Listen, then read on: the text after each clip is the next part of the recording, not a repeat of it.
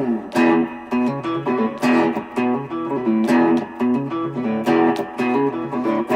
Clark Radio, talking about the sports you do and don't know, both within and surrounding Baltimore. Don't ask him about preseason games, oh no, stuffing things in Griffin Basso. Despite it being on the internet, he can call it what he wants, so Glenn Clark Radio, Glenn Clark Radio, Glenn Clark Radio.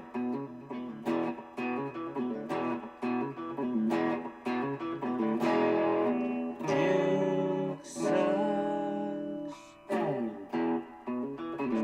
All right, welcome in here to Glenn Clark Radio, another GCR Express, so to speak, with Glenn still out of town. I am not alone today. Of course, I'm Griffin, and the PressBox editor, PressBox Online editor, Luke Jackson, will be helping me out, guest co-hosting today. Luke, how you doing? I'm great. Thanks for having me on. No, appreciate you being here. I guess we'll talk some O's today. Yeah. Well, the most pleasant thing in the world, of course, the Baltimore Orioles. I guess last night was a little bit more pleasant because we didn't have to watch the Orioles play. Yeah, I was supposed to go to a game with a Mets buddy and his brother, and we got down to Canton to have some dinner. That was lovely. Had a nice chicken sandwich. I think the place was called Alley's in Canton. Had a few beers and was ready to go to the game, and then it got postponed. Well, at least you got to, I guess, have contribute to the economy a little bit. That's good. That's always good. Are you going to be able to go to either of the games today, or is the thinking? Well, my tickets are good for the 5 o'clock game, so I'm thinking about maybe going down for that. So we'll see. I'm definitely going on Saturday. When the Marlins are in town. That's the second Hawaiian shirt night, right? Saturday? Yeah. Okay, good. All right, good. I'm happy for you. Hopefully. Thank you, Griffin. Yeah, you're welcome. I mean, so I guess since the most recent game was Tuesday night's debacle, how do you feel after that game? Like, is it? I mean, it's I believe Glenn put it. It's their most gut-wrenching loss since the last most gut-wrenching loss. And yeah, I don't know how many gut-wrenching losses they have this year. Bryan Baker just got traded, by the way. Did you see that? Just now, really? Yeah, he got traded to the Rays. So speaking about that game, that was quite a lasting impression to leave, right? Yeah, that is. So I don't know what the Orioles got in return yet, but yeah, he's headed to Tampa Bay. Okay, all right. Well, then he's going to a contender for sure. Yeah. Yeah. I mean, when Baker's right, I mean, we've seen him be right for most of this year. It's a high-riding, high-spin fastball at the top of the zone up to 97 with a good changeup. And a slider he can flip in for strikes as well. So that's what we've seen for the most part. He just had a rough night the other night. And so I assume that Andrew Kittredge will take over that primary setup role, I would think. And I think Baker got a couple of save opportunities when Bautista was unavailable. And so I guess that Kittredge will take it. Because really, I mean, that's what they brought in Kittredge to do. They're paying him $10 million this year. And they brought him in to be, I think, the primary setup guy. And so it seems like now he's going to get an opportunity to do what they brought him in to do. But obviously I can't really comment on the Baker deal until we see what the Orioles got back. I can't imagine it's a whole lot that they got back. No. But let me see. How many years of control did Bryan Baker have? I'm guessing he had like 2 or 3 years of control left. Not sure. I'll check. 2 or 3. That seems like a lot. Let's see. Spotrac has it as looks like he may be. Okay, yeah. You're right. Yeah, 3 years. 3 years of arbitration left. Yeah. So yeah. I mean, he hasn't racked up a ton of service time in his time in Baltimore in the sense that he's been here for 1, 2, 3, 4 years, and it's not like he has 4 years of service time racked up. It's probably more like 2. So he's 30-year-old reliever. Yeah, I mean, he's not going to be an unrestricted free agent until 2029 when he's 34. So Yeah, and that's assuming that he stays in the major leagues for that true, long period of time. So, I mean, yeah, obviously it seems like you can trust the Rays, the Rays and their scouting department. There's obviously something that they. no, he's got good like. stuff. I mean, yeah, that's why he hung around Baltimore as long as he did. Is that they kept giving him opportunities because the stuff's really good, the spin rate's really good, and so and for the most part, up until 2 days ago, it paid off. He was probably their best arm from the start of camp till 2 days ago. So yeah, I mean, obviously he had been pitching in the eighth inning. And until it was very good. Glenn and I had him on a few weeks ago, and was talking to him about what was different and what he enjoyed so much about Baltimore, and yeah, that's a pretty big surprise. He was obviously not a name. The names that everyone had been floating out were all the guys on expiring contracts, and so that one, yeah, certainly a big surprise there. So does that then make it make it more apparent that the Orioles are probably going to be shopping not just their expiring contract guys like Cedric Mullins, Ryan O'Hearn, any of these starting pitchers, but they may be diving more into guys that that they just don't necessarily see as part of the long-term solution. Like yeah, apparently Dean Kramer. I mean Kramer is the name that we talked about the last couple of weeks. yeah. So Dean's an interesting one because he fits the profile of what teams like to target at the deadline. He is cheap. I think he's making about 2.9 mil this year. He has club control left, so I think he has 2 years of club control left. Uh, he posts up. It's not like he's never been on the IL, but they've been relatively minor stints on the IL. And the other thing is that a team with a good pitching program might think that they can tease a little bit more out of Dean Kramer than the Orioles have. So I could absolutely see teams calling on Dean. And the other guy who I'm sure you and Glenn have talked a lot about is that I'm sure teams will also call him Felix Bautista. And I'm sure that that's the guy that teams would absolutely love for the Orioles to make available. I don't know whether they will or not, but the problem that the Orioles are going to have at the deadline is that these guys on expiring contracts aren't going to fetch much. They just aren't. Because I like Charlie Morton's pitching has pitched very well over the past 6, 7, 8 weeks, right? Uh, he still has like a 5.5 ERA. He's still 41 years old, so you don't know how he's going to look in October after pitching for 7 months. And he's still pretty expensive.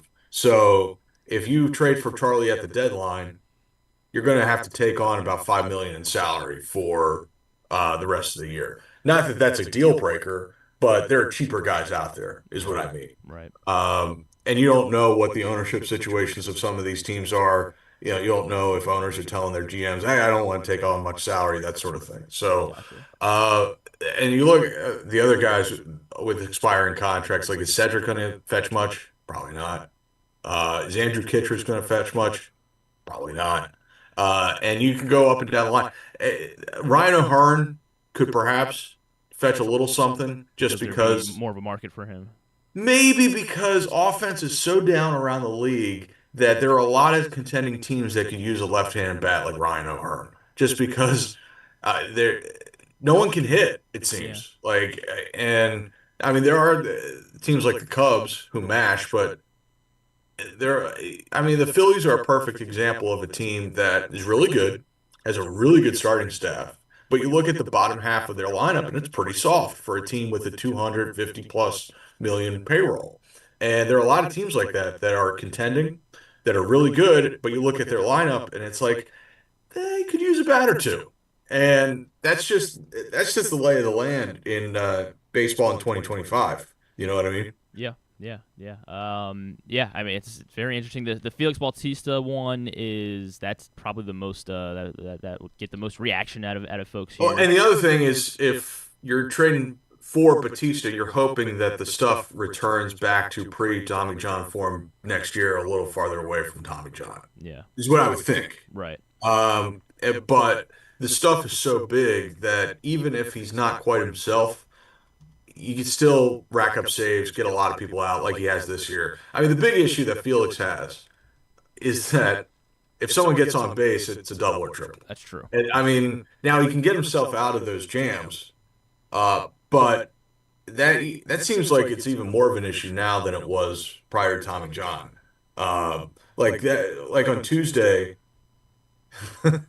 On Tuesday, whoever that Mets base runner was like halfway to second by the time he released the ball. He's just like I haven't timed him, but I'm guessing he's like 1-6, 1-7 at home, which is like you can walk to second. Now that's still something that you could work on with him, right? I mean, at least trying to institute some better pickoff move, or obviously it's going to be an off season. I don't know. I don't know. Like some sort of slide step. I'm sure they've thought about all those things. I think Buck Showalter might have had an aneurysm with him as his closer, but no, I'm sure they've talked about all those things. I'm sure they've thought through all those things. It's just a matter: do you want to disrupt what he does in an effort to make him like a sub 1.4 guy? So would you? So it sounds like you're almost more hesitant to trade him right now, just because it seems like his value probably isn't at its peak. Where every time we see him go out, he is walking again. It seems like I would probably agree with that. Okay. But look, man, they're on pace to win what, like 72 games this year. I'm open to talking about anybody. You know what I mean? There is nothing, like no one on this team is nailed down except for Tyler O'Neill. Thank goodness. But this isn't a Brave situation where you're in a tough spot and you can't move anybody because you have no flexibility. Because everyone is nailed down. Like that's not this kind of situation. The positive, the upside of not doing a lot of guaranteed deals for your players is that if it goes sideways, you can easily pivot. The Braves can't easily pivot now because the deals that have gone a little sideways for them, they can't move. They can't move Michael Harris. No one's going to want to touch that Austin Riley deal. They could, and so, and the ones that teams would like Murphy, like Olson, like Acuna, you don't want to move those deals, right? So, but the Orioles do have a little more flexibility to make changes on the fly than say the Braves do, who are again another team who has had a very disappointing season. And I do think that, and again, we'll see what the Orioles got for Baker, but the farm isn't what it was a couple years ago. And if they're going to be players for starting pitching on the trade market, either at this deadline or in the offseason, they probably need to stock their farm with more movable pieces, is what I would say, so that they can be in a better spot to get one of those controllable arms that they need. I'm sure you and Glenn have talked about this, but I'll ask you, do you think, even though they aren't in a position to be buyers for this season, would you like to see them come out of the deadline with a controllable starter for 2026? I mean, yes, because right now, what is their rotation? Grayson, and I guess you assume Bradish is healthy, but I mean, well, yeah, I don't know if you can assume that Grayson's going to be a part of anything. Yeah. So I think he's so you would have Kramer, Povich, Rogers, hopefully Wells is part of the picture, hopefully Bradish is part of the picture, and then to me, you enter camp with Grayson as not being guaranteed a rotation spot. He's got to earn it. He's got to prove health. And I think that's just how and if he pitches well in spring and he earns a spot, great. But I don't think you enter camp thinking that he's definitely going to be a part of your five. He hasn't thrown a major league pitch in more than a year. He hasn't had like surgery or anything. He just hasn't pitched because he's been hurt. And so I don't know how you enter next season thinking that he's going to definitely be part of your solution for the rotation. So yes is the answer. However, the caveats obviously, because the guy that I think everyone's been talking about is Sandy Alcantara, and and because he's the guy with control, and he's a guy that obviously has electric stuff, but he's been awful this year. And even though he's not been good this year, it seems like he could probably still have a bit of a market, because there are teams that are going to be that are going to be in the same boat as the Orioles, or even in a better boat than the Orioles, and know that they need some controllable arms for next season and beyond. So I don't know what the market like. I don't think the Orioles want to get into a bidding war right now for anybody if they're being pseudo buyers, for next season. I would take Sandy Alcantara because I mean, what other guys are they should have traded for Crochet? And it's funny that you say that. They're in a better spot now to take on like a reclamation project like that than they were last year when they took on Trevor Rogers as sort of a reclamation project, because last year they needed somebody who could help them win games right now. And that wasn't ever going to be Trevor Rogers, because he was throwing like 88, 89, and you needed to rebuild his velocity. And it seems like they've done a great job with him.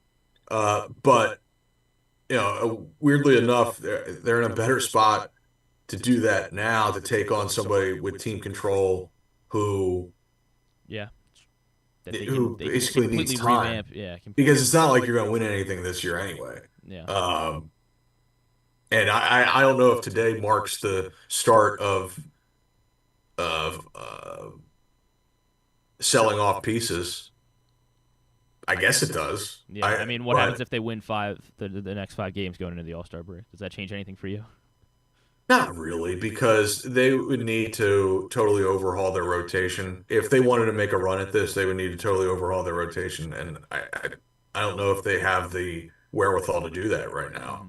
And they would need Bradish to come back, and they would need Grayson to come back, and they would need like Charlie Gordon to remain pitching this well, and they would need Eflin to come back and pitch like he did the first 3 or 4 starts. It just like with where they are in their starting rotation, it's hard for them to sustain anything. Even though, I mean, generally speaking, I mean, when they've gotten a good start, they've won this year. They just haven't gotten a good start enough. Yeah. All right, then outside of Alcantara, and then we'll move on, I guess. Maybe, I'm not sure. We got to take a break though. Outside of Alcantara, are there any other controllable arms off the top of your head? Well, the one that's going to be very popular, maybe not just for Orioles fans, but for every fan base that needs pitching, so that's every fan base, is Mitch Keller, who's had a very nice year with Pittsburgh. He's on a great contract. I think he's got like 2 or 3 more years on that contract. He's not making a ton. He would fit in pretty much every rotation, and the Pirates need bats desperately. And so I'm sure there's a deal to be made out there. Are you looking at Are you looking at how do you feel about Heston Kjerstad? Is that a Well, how do I think Pittsburgh feels about Heston Kjerstad? Yeah. I think they would have liked him a lot more 2 years ago. Keller's got 3 years left, and he's at 16, 18, 20 million for the next 3 years. And then he's so that's, I mean, if you think he's a number 3 starter, that's very reasonable for a number 3 starter. I mean, and kind of like everybody on Pittsburgh, he just needs some run support, and then correct. And so but they need to put some bats around Paul Skeens, and I think that this deadline might be an opportunity for them to do that. And I think that Keller's probably their best chip in order to get that done. They could also spend money in free agency, but I don't think that's going to happen. Yeah. So their GM has to get creative. All right, then this is one way to do that. Would you rather Alcantara or Keller if they only got Keller? One? Okay. I mean, it's hard to ignore just how bad Alcantara's been this year. He's got an ERA of like 7. I mean, he won the Cy Young in 22, but that's a while ago in baseball terms. And he just, since coming back from Tommy John, he just hasn't been very good. And I don't know if you can acquire Alcantara with the idea that he's going to help you win for a contender, that he's going to help a contender win this year. Right. I mean, he's just pitched too poorly for too long. And I think he's probably more of a 2026 guy if you're acquiring, in my opinion. Which one do you think is cheaper then? Is between Keller and Alcantara? Well, I think that's funny that you say that. Yeah. It might be easier to come up with a match for Keller because you know exactly what Pittsburgh wants. They're going to want Bats. bats.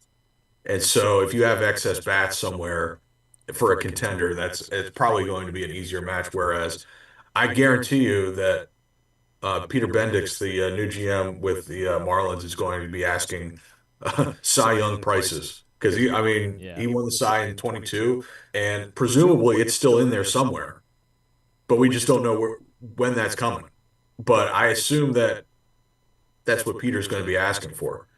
Like he's going to be asking for a return fit for a former Cy Young winner. I think that's what I would do. It doesn't mean I'm going to get it, but that's what I would ask for. Yeah. All right. Well, then let's take a break, Luke. We'll come back. We'll probably talk. We will talk some more baseball on the other side here. Our first 20 minutes have been brought to you by 1-800-GAMBLER. Know the risks and have a plan before you begin gambling. For free and confidential services, call 1-800-GAMBLER 24/7 or go to helpmygamblingproblem.org. Again, 1-800-GAMBLER or helpmygamblingproblem.org. We'll talk some more Orioles. We'll see. Looks like Bryan Baker is actively in the clubhouse at the moment when he got traded with beat writers in there, so maybe we'll get more Bryan Baker reaction. I know David Rubenstein had some quotes that were going around this morning after he spoke to the media this week.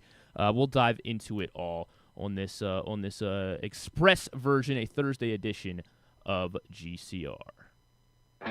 Feeling sluggish, unfocused, or not like yourself? It could be low testosterone. At Game Day Men's Health, we specialize in testosterone replacement therapy to help men boost energy, improve mood, and regain confidence. Our treatments, including testosterone cypionate, are safe, natural, and tailored to fit your lifestyle with weekly injections or pellet therapy. Get started today with a free testosterone test and feel the difference. GameDayMen'sHealth.com. Game Day Men's Health, where men reclaim their game.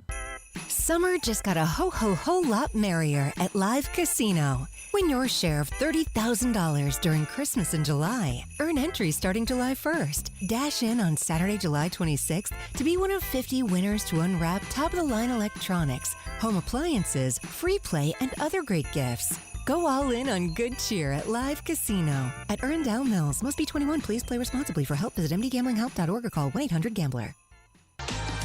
Calling all athletes and families, don't miss Football versus Football, a free sports and wellness festival Saturday, July 19th from 10 to 6 at Baltimore Peninsula. Meet retired Ravens, other former NFL stars, and pro soccer players. Join youth sports clinics, get free health screenings, and enjoy food, music, and family fun. Powered by United Healthcare, presented by Sports Legacy Group, and supported by University of Maryland Orthopedics and 1-800-GAMBLER.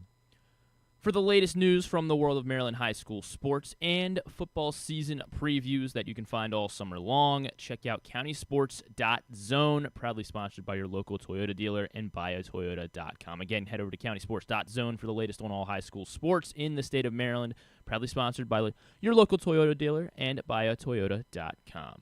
All right, Luke, it looks like Ken Rosenthal might have the compensation for Bryan Baker here. Rays are acquiring Bryan Baker from the Orioles for the O's competitive. Did he mean Rays? For the O's competitive balance pick. He meant the Rays competitive balance pick. So number 37 overall, wow. And I'm guessing that comes with a pick value of like $2 million. Okay. So they have 4 in the top 40 now. Is that right? 4 in the top 37. 4 in the top 37. Okay. Wow. So, and that means they have a big pick pool as well. Yes. Do you like that? That definitely indicates that they're open for business. You know what I mean? It's not like, that's not a huge return. No. Maybe I don't know what their plans are during the draft or, but the draft's on Sunday. So, if they're going to turn around and flip that in another deal for something else, like, gotcha. There's not a whole lot of time to do that, and so it just seems like they're open for business, and they'll discuss pretty much anybody on the roster, I would think. Probably outside of an obvious few. So.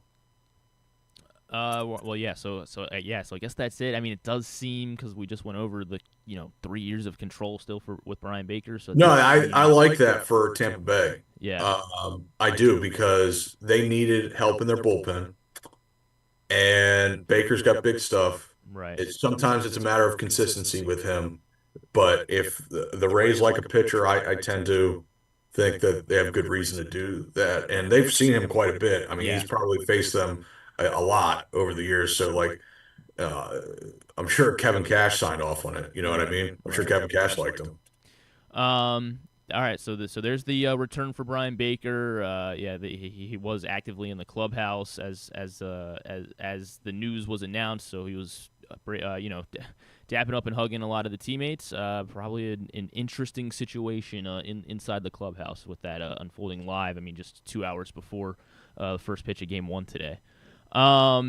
Did you? I know we talked about it briefly. I know you didn't see like the full press conference that David Rubenstein had on. I believe it was Tuesday. Yeah, I didn't see any of it, so C-SPAN. you're gonna have to fill me in. Okay, that's fine. I got clips for you. I believe I don't know what the exact question was, but this is David Rubenstein, and I'll play it for everybody so we can all see it and hear it. But this is just David Rubenstein essentially talking about the Orioles because he hadn't spoken to media, I don't think, or at least in a press conference. Definitely not like in a press conference like this since Brandon Hyde's firing. I don't think he's spoken since spring training. Yeah. So, all right. Well, then let's just. This is about 90 seconds of his just regarding the Orioles from David Rubenstein.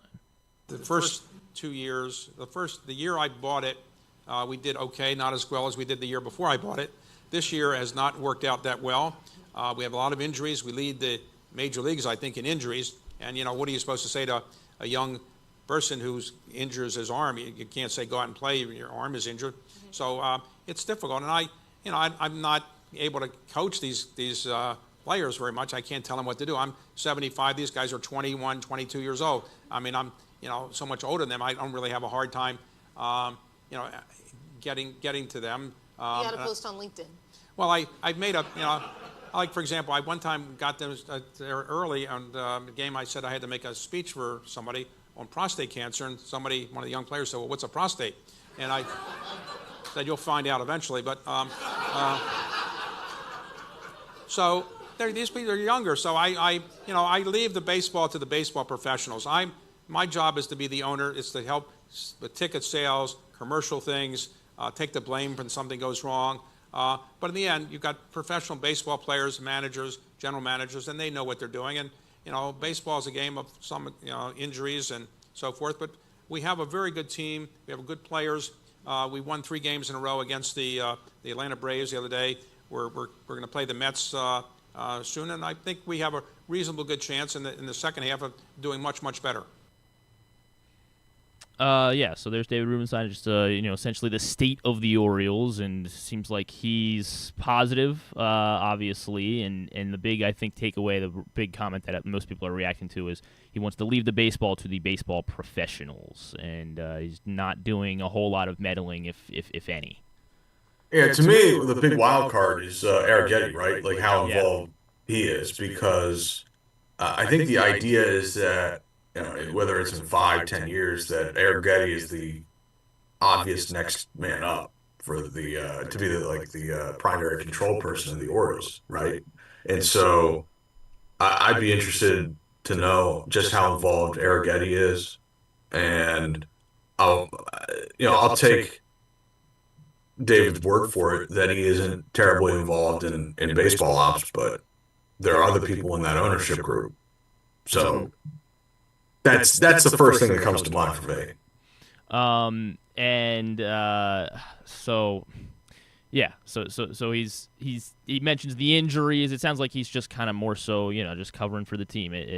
Not I guess overall not a whole lot to take away from it, but just seemed like relative news, just given that the Orioles had. That he talked about the team that he owns. Yes, yes, for the first time, as you said, since the spring. So obviously, it seems yes, he does. He doesn't have any large role in whether and what they're going to be doing over the next 2.5 weeks, leading up to the deadline. Apparently, and it's a weird situation because I mean he didn't hire Mike Elias, and obviously this season hasn't gone well, And you could very easily be in a situation, say they win 70 games this year. At the end of the year, is he going to want to go in another direction at GM? Right. Does Mike know that he's going to be, excuse me, Mike Elias know he's going to be back or not? If he doesn't, does that affect what he does at the deadline to try to set them up for success in 2026 and show David Rubenstein that they're going to bounce back quickly? I don't know the answer. We also don't know Mike Elias' contract status. Yeah. So.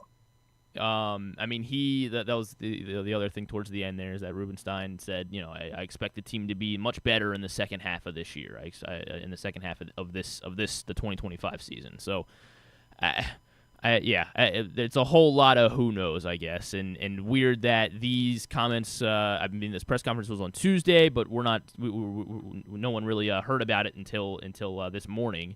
And then about an hour later, after everyone started seeing those clips of Rubenstein circulate, then the Orioles make their first trade of 2025. So very, very interesting how it all appears to be unfolding here.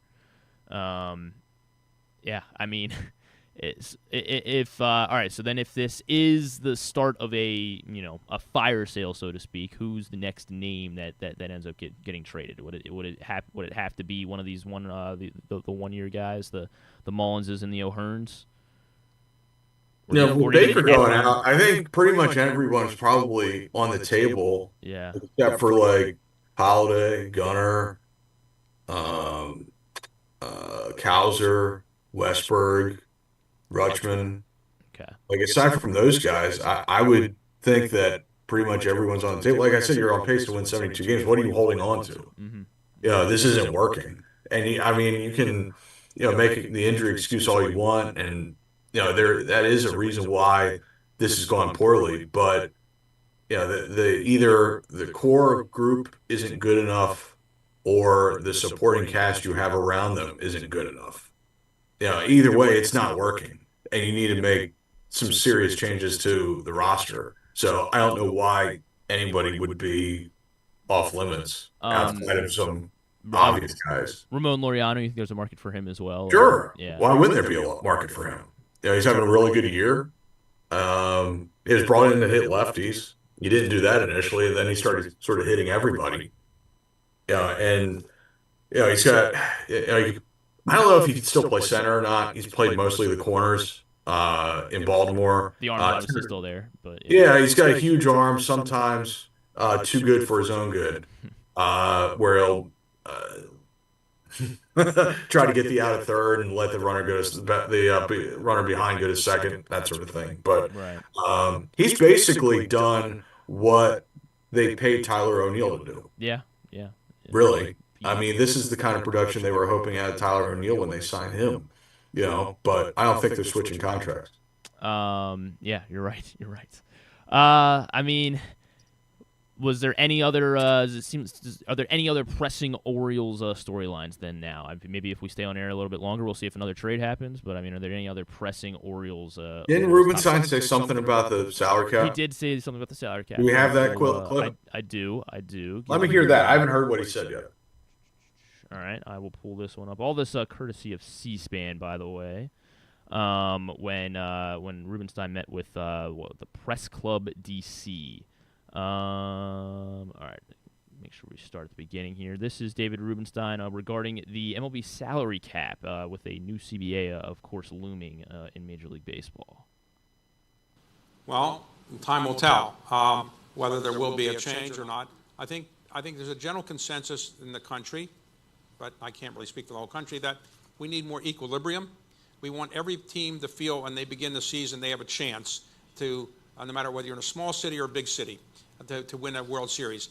We have 30 Major League teams, and you want the fans in all 30 cities or 30 teams that feel that at the beginning of the season they have a chance to win. And right now, the polling data suggests that many people don't feel their smaller town teams probably have as much of a chance against the bigger town teams. So I think more equilibrium is probably what people want. That's what we see. We'll see what happens. Mm-hmm.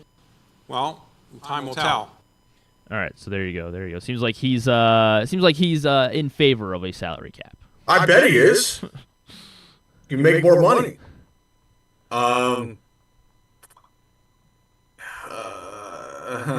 So it's the reason being once if there is a large push for a salary cap, there's undoubtedly going to be a work. Well, if the owners insist upon a salary cap, we're going to miss games.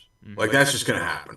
And so here's, I think, the biggest issue heading into this new labor negotiation, and correct me if you think I'm wrong, is that the players feel like the mid and small market owners are just cheap.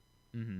And it's not that they don't have the resources to compete, it's that they simply refuse to spend money and they would say no one's asking them to be the Dodgers or the Yankees or the Phillies, but to go the extra mile to put a real offense around Jose Ramirez, to give Paul Skeens a real off. You know what I mean? Yeah. And so that's what the players will say. And the owners will say that the revenue differences are so vast between a team like the Dodgers or the Yankees or the Phillies or even the Blue Jays, and then between like a team like the Pirates, that it's impossible to compete the way we want to on the free agent market. And there's probably a little truth to both, and there's probably a little BS to both, is what I would say. So trying to bridge that gap, I think, will be the biggest issue of this labor negotiation.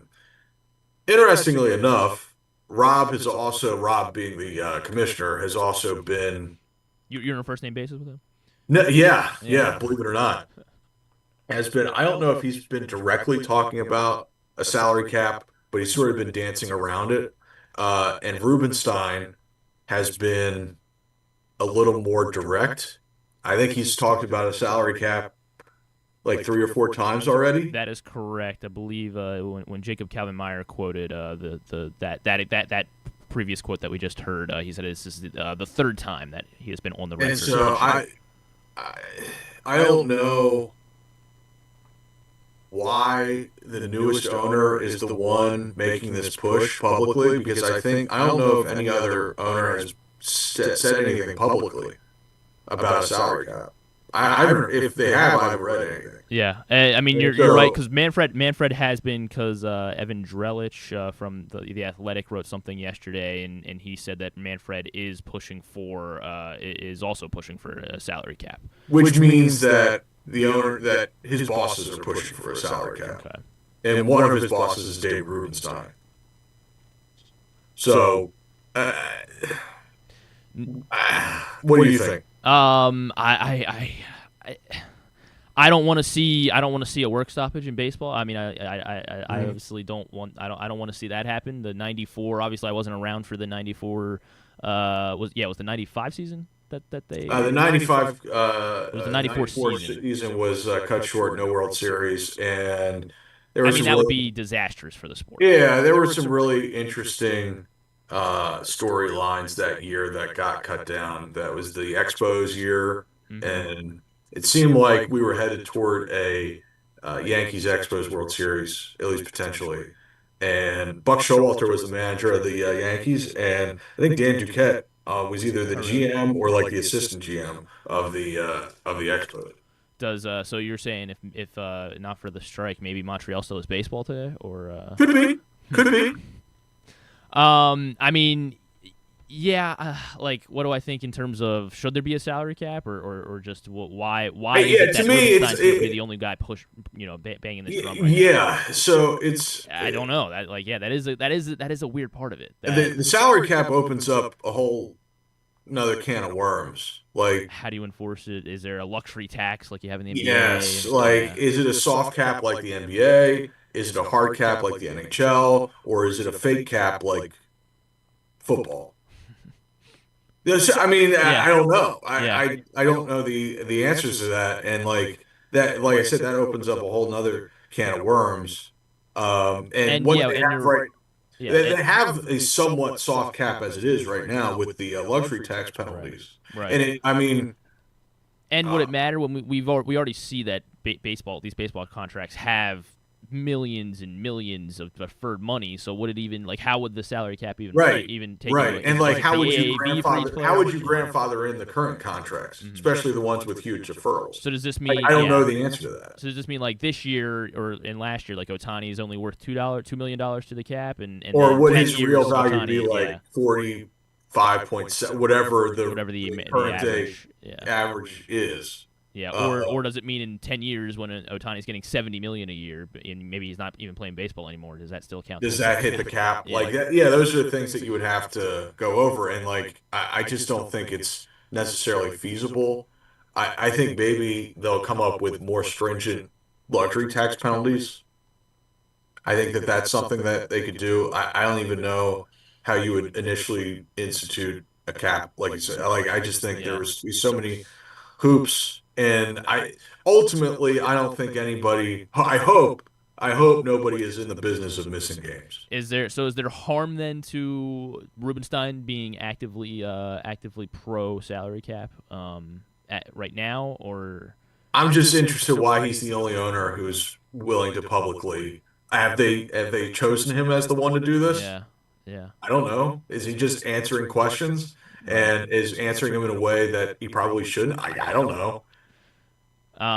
Yeah, I mean it is. It's weird that it seems that more or less the two guys on record happen to be, as you said. Yeah, it's weird that it's the newest owner and then also the commissioner. So that is definitely something to keep an eye on, I guess, over the next. I guess it'll pick up a lot more once the offseason begins. Yeah.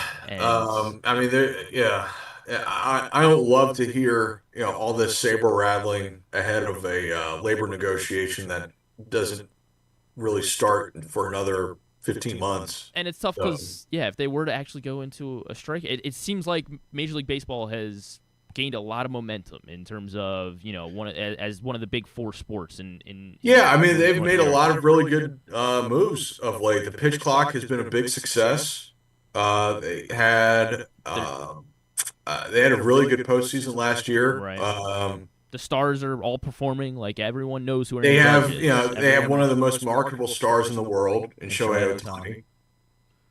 Yeah. It would and it seems like they're setting attendance is in a pretty healthy spot, in terms of like a global standpoint with the league. And there are some situations that still need to be set. The athletic situation needs to be dealt with, and the race situation needs to be dealt with. But most teams are in a pretty healthy spot in terms of attendance. And the RSN situation with some teams needs to be settled, but I would agree with you that the arrow is pointing up for the sport, is what I would say. And if they were to miss games next summer, it would be awful. It would be very bad for where Major League Baseball is at. And then, would that mean we have to just follow the exact same pattern that they did in the 90s and we bring steroids back then if there is a work stoppage? And then all of a sudden we get, and a long consecutive game home run streak chase for Gunnar Henderson, maybe. There we go. Okay. That could work. That could work. He's not playing the first game, though. I know. Maybe it'll start in the second end of the doubleheader. That's when it's going to start. 2025, 3,000 games, something like that, starting today. I wonder what the current record is, what the active streak is. I'm gonna guess. I know Matt Olson been played in a lot of I was gonna say Matt Olson. Like I've never seen that guy take a day off. Active streak. Let's see. Matt Olson coming into the season, it was Matt Olson. I don't know. Entering the season, he had been at 620 consecutive games, which was already the 20th longest in MLB history. So has he missed a game this year? I would like to lean towards no, right? I know he hasn't. I don't think he's had any injuries, so maybe it is Matt Olson. So he could be the guy that saves baseball. Yeah.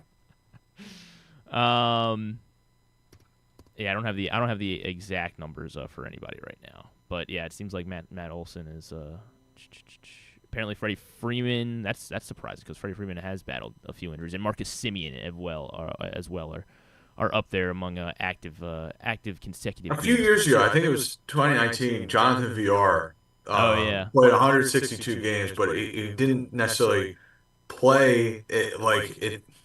it wasn't a consecutive game streak because one of the games he like took a fastball to the hand or something, and he didn't start the next game, and he only pinch ran, and Gotcha. that counted as like a game appeared in, but it wasn't necessarily 162 straight games played in. It was very strange. So because I remember this because Stan was doing a story okay. on Jonathan VR, and we were trying to figure out whether he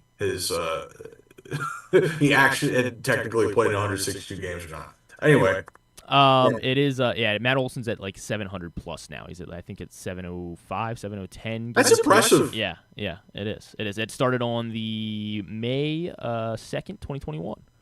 So he has played in every game since May 2nd, 2021. Matt Olson has. So yeah, he's the current day Iron Man for baseball. So yeah, him and maybe I guess we just start giving steroids to every guy, everybody again, and we'll and people will start we'll start liking baseball again.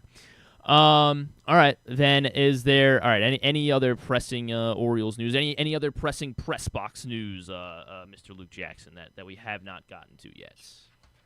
Pressing press box news. Get your current edition still available now. Oh yeah. So we did a nice summer edition with Carmelo Anthony on the cover. He's going into the Hall of Fame in September, so we're getting out ahead of that a little bit.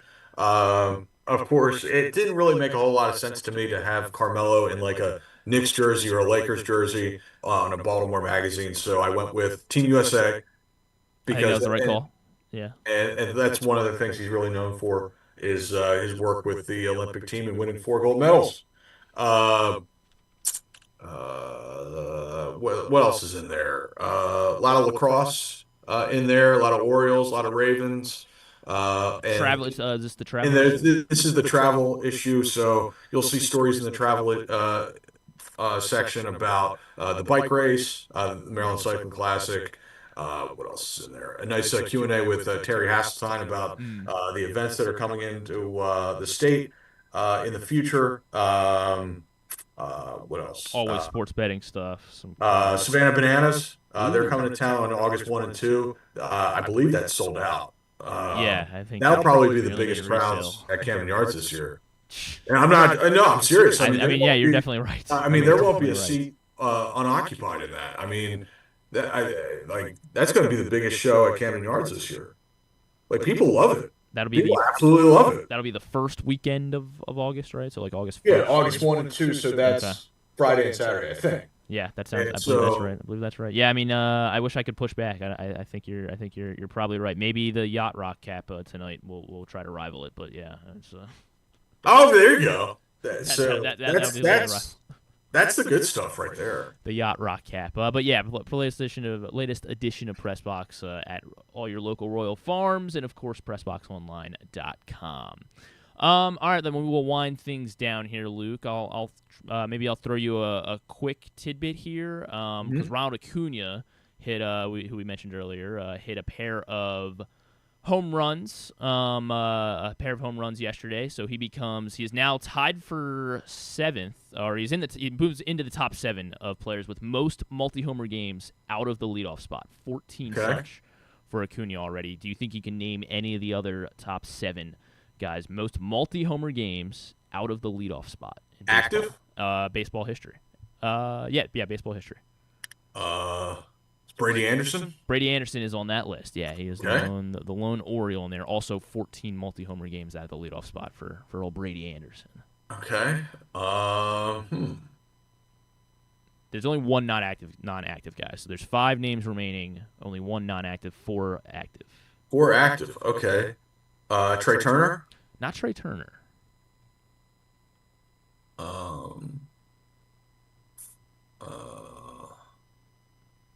Oh, this is good. Yeah. This is a good one. These are always fun ones. Got a... Yeah, not Trey Turner, but there is an active shortstop on the list. Byron Buxton? Is he on the list? No, not Byron Buxton.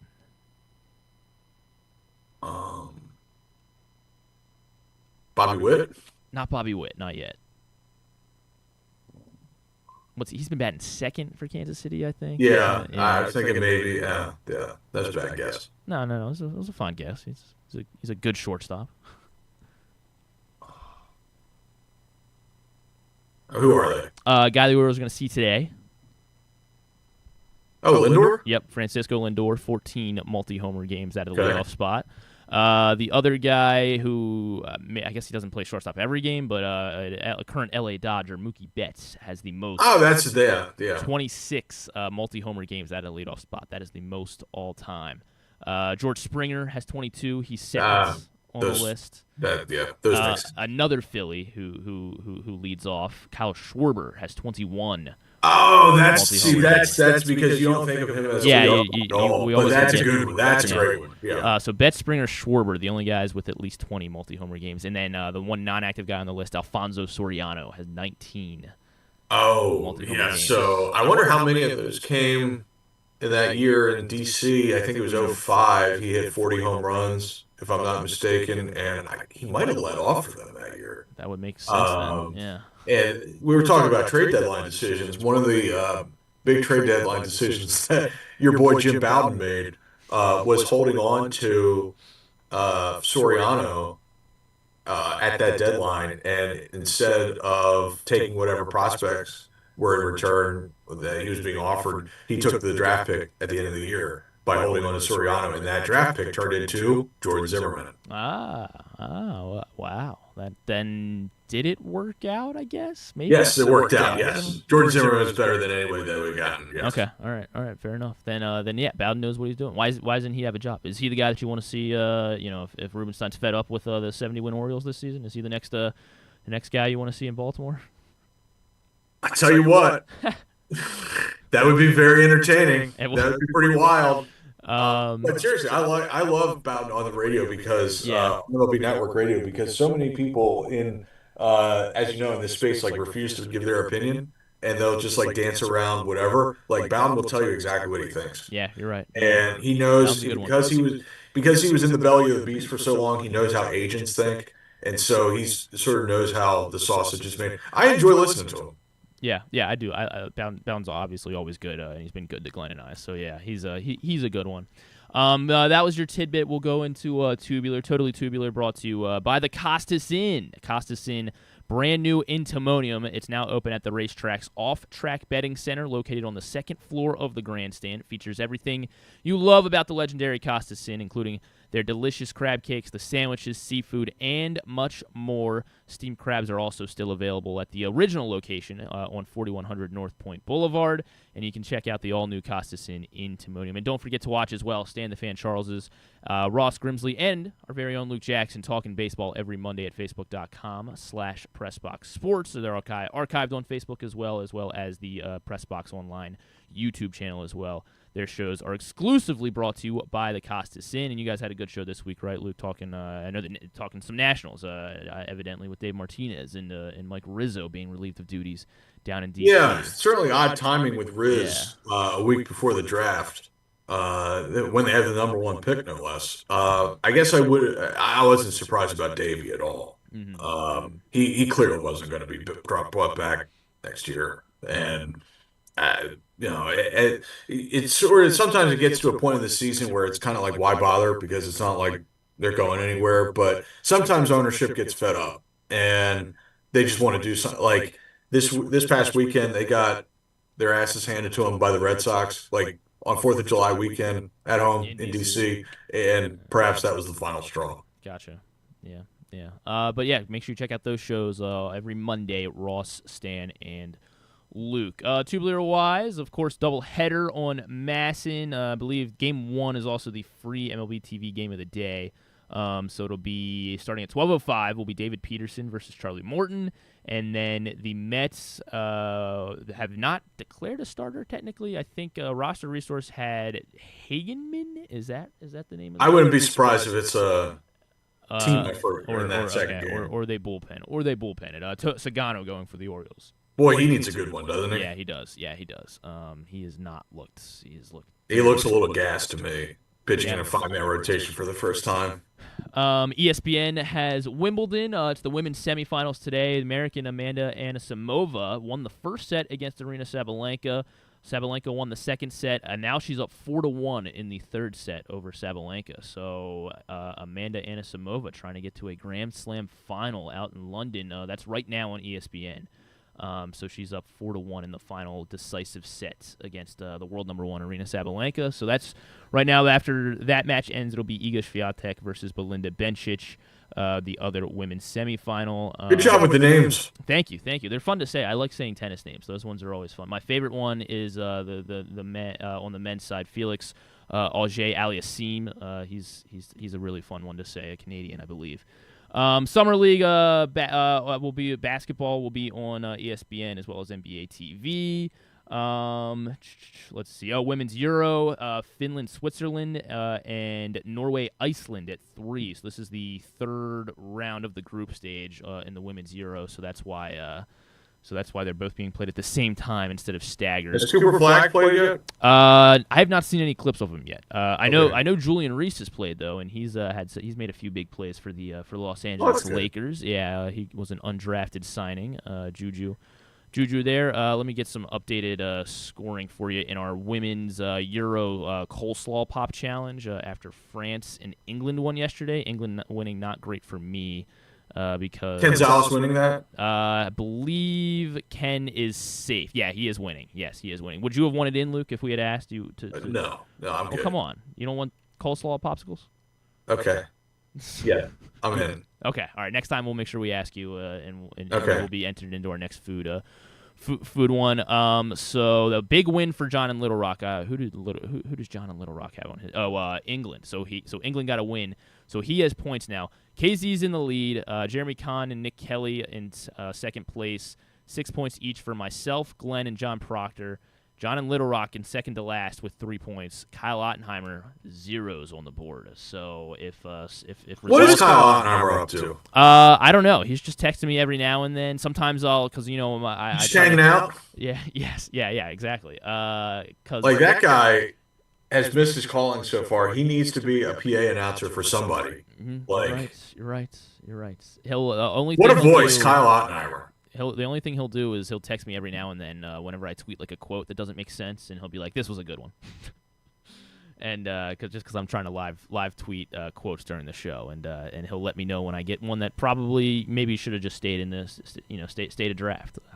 That's the only update I have on Kyle. My favorite is when you like miss a word. Yeah. And everybody gets all, "Oh my god, I can't believe he said this." Like, no, Griffin probably just missed a word. Yeah, and yeah, I think it's happened a few times where I missed like a no or something, so it was Good job by you. opposite. Hey, thanks, Luke. So that's your Euro slaw dog pop. I don't know. The why I good said news dog. is that Glenn is probably very understanding. Yeah, exactly. He is. Yeah. He is. Sometimes. Yeah. The rest of Tubular Rundown, go to glennclarkradio.com. It's the season 12 premiere of Impractical Jokers. I know you're excited about that, Luke. I'm fired up. TBS at 10 p.m. tonight for season 12 of Impractical Jokers, and it's the season 2 finale of Poker Face on Prime Video. I believe that's everything. I think we've touched on everything that we need to on this abbreviated Thursday edition of Glenn Clark Radio. Is the World Series of Poker still on TV? It should be the World Series of Poker. It's going on right now, and I don't know. I know that like Barstool's like way more involved now, so Yeah. that has made it. I don't know if ESPN still does anything with it, or if they've or if just it's just on Masson whenever there's not a baseball game. On. right. Like I don't know what's going on there. When would the World Series of Poker come back? I feel like you can. Let's see. 2025 main event, day 4. Yeah, so I guess it is currently going on. You can watch it on YouTube. It looks like as well. I see a 10-hour stream from yesterday, of day 3, of the World Series of Poker. So if you just Google it, I think you can find it. But yeah, it seems like good stuff because they're pushing a lot more just like celebrities as well, like celebrity poker. I think that's what Barstool's doing, and then the World Series of Poker is still real gamblers, real poker players that are actually much more fun. So maybe go to YouTube. Then I want to say if you want to watch the World Series of Poker live. Okay. I'm not sure when it starts. Hold on, let me see here. Oh, let's take me to YouTube TV. All right, yeah, you guys can figure. Back it out. in the day, some of those guys were like legit stars. Yeah. Like in the mid to late 2000s, was it? Like those guys were like big deals. But anyway. YouTube.com. I want to find out. Well, now I want to see if they are live. World Series of Poker 2025. Yeah, predictions for tonight. The doubleheader, Luke. Or are you hoping they lose?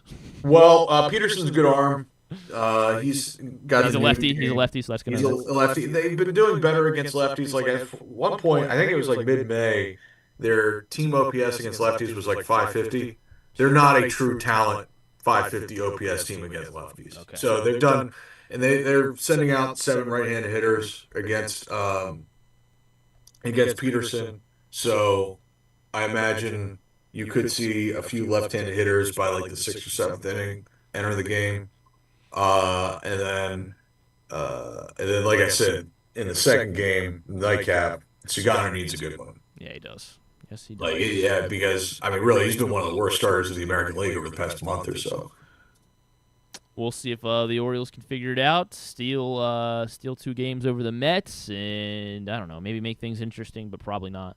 That's those are en masse in today. Yeah. All right. Well, Luke, thank you very much. Appreciate you jumping in and doing an hour with me. I know Glenn might be disappointed. He told me he wanted to keep these close to half an hour, and we've gone close to an hour each of the 3 days this week that we've done these short shows. I will say when Stan has me, he keeps me to a half hour. I'm just saying. Okay. Actually, it's probably more like 35. So are you saying sometimes Ross and I get going a little bit, and Stan just loses control of the show, and it's a whole scene, and a 25-minute show becomes 35 minutes. So are you saying I owe you lunch now or something? No, not at all. You don't owe me anything in life, Griffin. Oh, thank goodness. Thank you. Never indebted to Luke Jackson. Maybe I should be though. Luke, all right. Well, thank you very much. You said nothing. Yeah, all Luke's stuff at PressBoxOnline.com. Be sure to check him out. Check us out. Big shout out to all our sponsors, of course. The Costas Inn, BuyAToyota.com, County Sports Zone, 1-800-GAMBLER, Live Casino and Hotel, Maryland, Game Day Men's Health, Royal Farms, all of our great sponsors here at PressBox. Luke, thank you again. Interestingly, so I said that the pick for Baker, number 37, was probably $2 million in slot value. It's actually 2.6. Ah, okay. And the Orioles now have roughly 18.9 mil to spend in the draft, which is the largest draft pool of anybody. So do you think it means? I know you mentioned flipping that pick then to something else, or do you think that means that they really love this class, or? Could be that they really love this class. But in terms of value, that's not bad value for Baker. Okay. It's just like I wonder how the clubhouse feels about like a reliable reliever until a couple days ago being traded for at this point, just like basically draft pick money. Yeah. How many of those 4 in the top 37? How many are going to be pitchers that they select?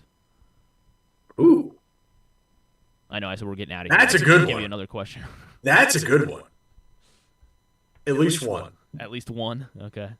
You know what they should do? Mike should just really lean into it, and then just take like SEC center fielders and shortstops with big tools, big athleticism, and swing and miss concerns. Just with those top 4 picks, just do that. Just totally lean into it. Just take 4 more Vance Honeycutts and. Well, sometimes Sig's computer spits out Jordan Westberg, and sometimes it spits out Vance Honeycutt. Okay. And you just got to roll with the punches, man. All right. Well then, all right. So Luke, should we set it at 0.5 pitchers selected or yes, 1.5? Yes, Set it at 0.5. That's good. 0.5 over under with the top 4 picks. 0.5 pitchers. You have to take over, right? You have to take over. They got to take at least one. Oh, you just lean into it, man. Up the middle athletes with swing and miss concerns with all 4 of them. Stan the Fan will be our guest host tomorrow. Once again at 10 a.m. Right here on the Glenn Clark Radio and PressBox YouTube channel and Facebook. Luke, thank you again. As we say goodbye. As Glenn would say, go Birds, and Duke sucks.